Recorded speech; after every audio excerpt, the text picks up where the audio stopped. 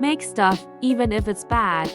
The only way to get good ever stared at a blank page, a fresh canvas, or an empty document and felt paralyzed. You've got an idea, a vision, a spark of creativity, but the fear of it not being good enough stops you cold. We've all been there, dreaming of masterpieces but producing nothing. We wait for inspiration to strike, for perfection to appear fully formed, or for some magical moment when everything aligns. But what if the secret to creating something truly great isn't waiting for perfection, but embracing imperfection? What if the only way to make something good is to first make a lot of stuff that's, well, bad? The myth of instant genius. We often see the polished final product of artists, writers, entrepreneurs, and innovators, and assume they sprang forth fully formed. We don't see the crumpled drafts, the discarded prototypes, the countless hours of experimentation, and the outright failures that paved the way. This illusion of instant genius fosters a fear of producing anything less than perfect, trapping us in a cycle of procrastination and inaction.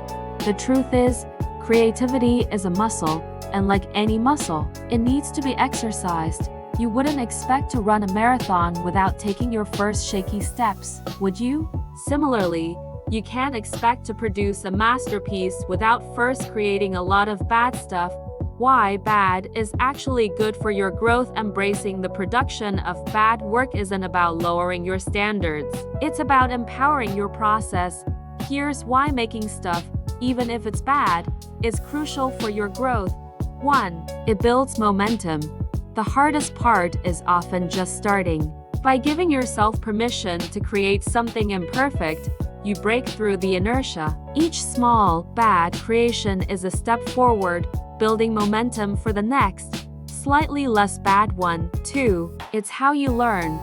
You learn by doing, not by thinking about doing. Every brushstroke, every sentence, every line of code, every attempt teaches you something. You discover what works, what doesn't, and why. These lessons are invaluable and can only be gained through action. 3. It reduces the pressure. When good is the only acceptable outcome, the pressure can be immense. When bad is also an acceptable starting point, you free yourself from that crushing expectation. This creative freedom often leads to more authentic and ultimately better work. 4. It unlocks new ideas. Often, a bad idea can lead to a good one. The act of creating, even imperfectly, sparks new connections and insights. One seemingly useless drawing might inspire a brilliant concept for a new product, or a clunky sentence might evolve into a profound paragraph.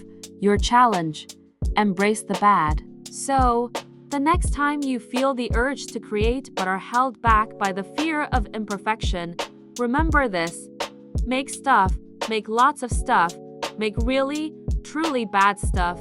Don't judge it, just make it. Write that messy first draft, paint that awkward picture, code that buggy program, build that wonky prototype. The quantity of your output, especially in the early stages, is far more important than its quality. The journey to good is paved with bad, so stop waiting for perfection and start making. What's the bad thing you're going to create today?